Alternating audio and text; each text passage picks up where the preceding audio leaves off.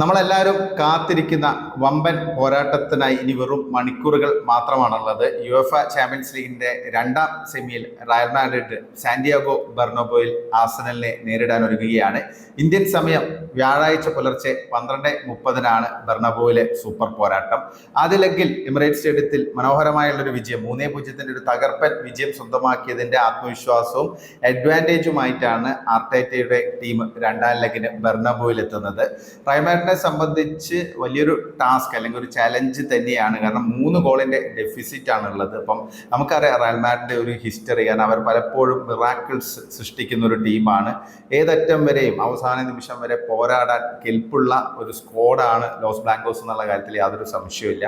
എതിരാളിയുടെ ഒരു ചെറിയ ഒരു ദൗർബല്യം അല്ലെങ്കിൽ ഒരു ചെറിയ പിഴവ് അത് മുതലെടുത്ത് തിരിച്ചു വരാനും മത്സരത്തിലേക്ക് തിരികെ വന്ന് വിജയമൊക്കെ നേടാൻ കപ്പാസിറ്റി ഉണ്ടെന്ന് നിരവധി തവണ തെളിയിച്ചതാണ്. യൂറോപ്യൻ കോമ്പറ്റീഷനിൽ വരികയാണെങ്കിൽ പ്രത്യേകിച്ച് പറയേണ്ട ഒരു ആവശ്യമില്ല. സാന്റിയാഗോ ബെർണബോയിൽ ഒരു വേറെ റയൽ മാഡ്രിഡ് ആയിരിക്കും. കാരണം ആ ഇലക്ട്രിഫൈങ് ആയുള്ള ആംബിയൻസ്, ആ ഗാലറിയുടെ സപ്പോർട്ട്, ഇതെല്ലാം വരുമ്പോൾ അത്ര എളുപ്പമല്ല എതിരാളികൾക്ക് റയൽ മാഡ്രിഡിനെ നേരിടുക എന്നുള്ളത്. പക്ഷേ 3 ഗോളിന്റെ ഡെഫിസിറ്റ് ആണ് റയൽ മാഡ്രിഡിന്റെ മുമ്പിൽ നിൽക്കുന്നത്. അതായത് നിശ്ചിത സമയത്ത് റയൽ മാഡ്രിഡ് ഏറ്റവും ചുരുങ്ങിയത് 3 ഗോളുകളെങ്കിലും തിരികെ അടിച്ചാൽ മാത്രമേ ഉള്ളൂ മത്സരം എക്സ്ട്രാ ടൈമിലേക്കും പിന്നെ പെനൽറ്റി ഷൂട്ടൗട്ടിലേക്കൊക്കെ പോകാനുള്ള ഒരു സാധ്യതയുള്ളൂ. ഇപ്പോൾ ആർസണൽ ഗോളുകൾ അടിക്കുകയാണെങ്കിൽ, ഇപ്പോൾ ആർസണൽ ഒരു 2 ഗോൾ കൂടി അടിക്കുകയാണെങ്കിൽ റയൽ മാഡ്രിഡിനെ സംബന്ധിച്ച് 5 ഗോളുകൾ തിരിച്ചടിച്ചാൽ മാത്രമേ ഉള്ളൂ സ്കോർ ഈക്വൽ ആവുള്ളൂ. അങ്ങനെയാണെങ്കിൽ മാത്രമേ ഉള്ളൂ നെക്സ്റ്റ് മത്സരം എക്സ്ട്രാ ടൈമിലേക്കൊക്കെ പോകാനുള്ള ഒരു സാധ്യത ഉരുത്തിരിഞ്ഞു വരികയുള്ളൂ. അപ്പം വലിയൊരു ചാലഞ്ച് തന്നെയാണ് ആർസണലിനെതിരെ റയൽ മാഡ്രിഡിന് മുമ്പിലുള്ളത്.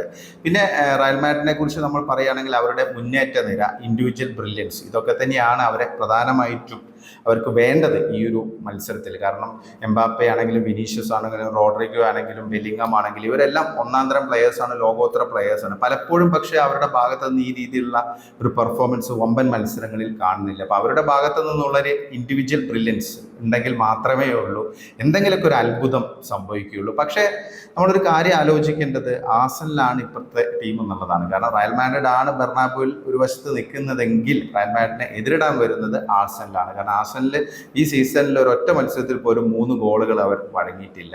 പ്രീമിയർ ലീഗിൽ ഏറ്റവും മികച്ച ഡിഫൻസ് ഉള്ള ടീമാണ്, ഗോളുകൾ വഴങ്ങുന്നതിൽ പിശുക്ക് കാട്ടുന്ന ടീമാണ്. അപ്പം ഇത്രയും സോളിഡായിട്ട് ഡിഫൻസ് ഉള്ള ആർസണലിനെതിരെ 3 ഗോളുകളൊക്കെ അടിക്കുക എന്നുള്ളത് വളരെ വലിയൊരു ഹെർക്യൂലിയൻ ടാസ്ക് തന്നെയായിരിക്കും എന്നുള്ള കാര്യത്തിൽ സംശയമില്ല. പ്രത്യേകിച്ച് ഇത്രയും ഒരു പ്രഷർ സിറ്റുവേഷനിൽ നിൽക്കുമ്പോൾ, കാരണം 3 ഗോളിൻ്റെ ഡെഫിസിറ്റുമായി നിൽക്കുമ്പോൾ.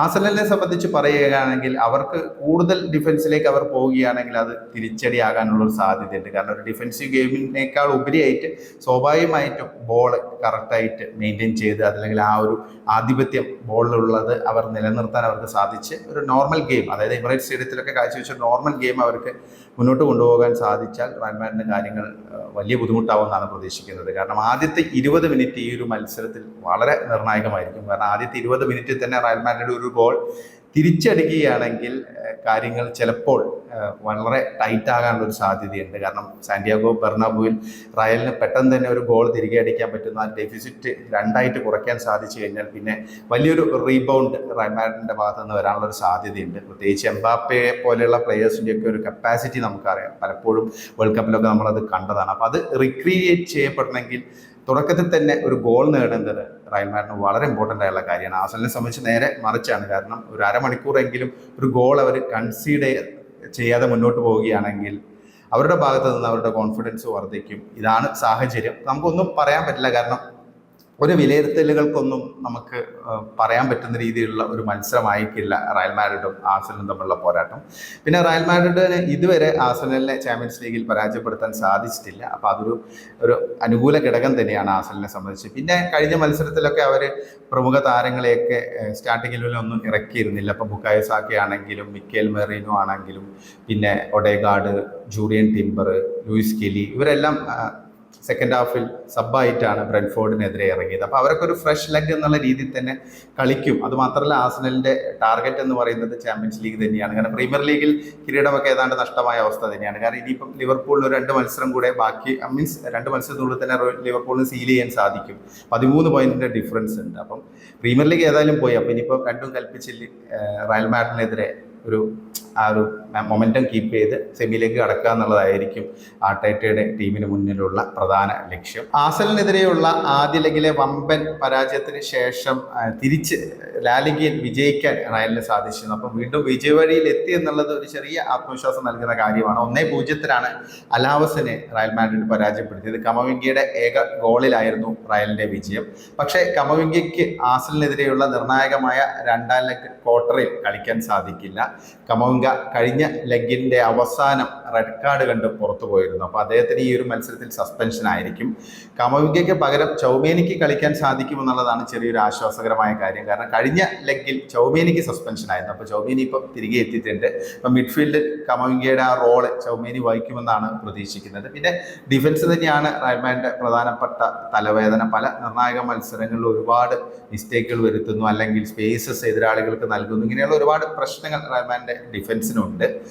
മെൻഡി എന്തായാലും കളിക്കില്ല, കാരണം മെൻഡിയുടെ പരിക്ക് മാറിയിട്ടില്ല. അപ്പം ലെഫ്റ്റ് ബാക്കിൽ അലാബ തന്നെ കളിക്കേണ്ടി വരും. പിന്നെ സെൻട്രൽ ബാക്കുകളായിട്ട് റൂഡിഗറും അസെൻസിയോയും ഇറങ്ങാനാണ് സാധ്യത. റൈറ്റ് ബാക്ക് ആയിട്ട് വാൽവർദെ തന്നെ ഇറങ്ങേണ്ടി വരും. കാരണം ലൂക്കാസ് വാസ്കസിനെ സ്റ്റാർട്ടിംഗ് 11-ൽ ഇറക്കിയാൽ അതൊരു വലിയ ദുരന്തമാകാനുള്ളൊരു സാധ്യതയുണ്ട്. അതുമാത്രമല്ല, അത് ഇപ്പോൾ ലൂക്കാസ് വാസ്കസ് ഇറങ്ങുകയാണെങ്കിൽ വാൽവർദയ്ക്ക് ഇരട്ടി ജോബായിരിക്കും. അപ്പോൾ അതുകൊണ്ട് വാൽവർദെ നേരിട്ട് റൈറ്റ് ബാക്കിൻ്റെ റോളിൽ തന്നെ കളിക്കുമെന്നുള്ളത് ഏതാണ്ട് 100% ഉറപ്പായുള്ള കാര്യമാണ്. പിന്നെ മിഡ്ഫീൽഡിലൊക്കെ കഴിഞ്ഞ മത്സരത്തിലൊന്നും വലിയ രീതിയിലുള്ള ഒരു പ്രകടനം റയൽ മാഡ്രിഡിന്റെ ഭാഗത്തൊന്നും ഉണ്ടായിരുന്നില്ല. തിരിച്ച് നമ്മൾ പറയുകയാണ്, ആസനലിന്റെ മിഡ്ഫീൽഡ് എന്ന് പറഞ്ഞാൽ ലോകോത്തരമായ രീതിയിലുള്ള പെർഫോമൻസ് ആണ് അവർ കാഴ്ചവെച്ചത്.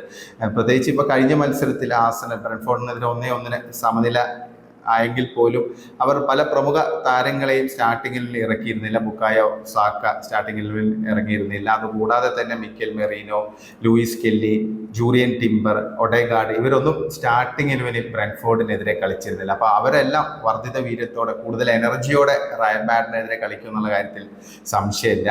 ആർസണലിന്റെ ടാർഗറ്റ് ഇനി എന്തായാലും ചാമ്പ്യൻസ് ലീഗ് ആയിരിക്കും. കാരണം നിലവിൽ നമുക്കറിയാം, പ്രീമിയർ ലീഗ് നഷ്ടപ്പെട്ട അവസ്ഥ തന്നെയാണ്. 13 പോയിന്റിന്റെ ഡിഫറൻസ് ആണ് ലിവർപൂളുമായിട്ടുള്ളത്. അപ്പോൾ ലിവർപൂൾ അധികം വൈകാതെ നെക്സ്റ്റ് 2 മത്സരത്തിനുള്ളിൽ തന്നെ പ്രീമിയർ ലീഗ് സീൽ ചെയ്യുമെന്നാണ് പ്രതീക്ഷിക്കുന്നത്. അപ്പോൾ ആർസണലിന്റെ എല്ലാ ലക്ഷ്യവും ഇനി ചാമ്പ്യൻസ് ലീഗിലായിരിക്കും. ചാമ്പ്യൻസ് ലീഗിൽ സെമിയിൽ കിടക്കുക എന്നുള്ളത് തന്നെയായിരിക്കും അവരുടെ ഏറ്റവും വലിയൊരു ദൗത്യം ആർട്ടേറ്റയ്ക്ക് മുമ്പിലുള്ളത്. അപ്പോൾ അതിനനുസരിച്ച് ഇപ്പോൾ ഉള്ള പ്ലെയേഴ്സിനെയൊക്കെ വളരെ എനർജറ്റിക് ആയിട്ട് നിർത്താൻ അവർക്ക് സാധിച്ചിട്ടുണ്ട്. പിന്നെ തോമസ് പാർട്ടേക്ക് ചെറിയൊരു പരിക്ക് ഉണ്ടായിരുന്നു കഴിഞ്ഞ മത്സരത്തിൽ കളിച്ചപ്പോൾ, പക്ഷെ അത് സീരിയസ് അല്ല എന്നാണ് പറയുന്നത്. അപ്പോൾ പാർട്ടയുടെ ഒരു സാന്നിധ്യം ആർസണലിന് വളരെ നിർണായകമാണ്, പ്രത്യേകിച്ച് റയൽ മാഡ്രിഡിനെതിരെ.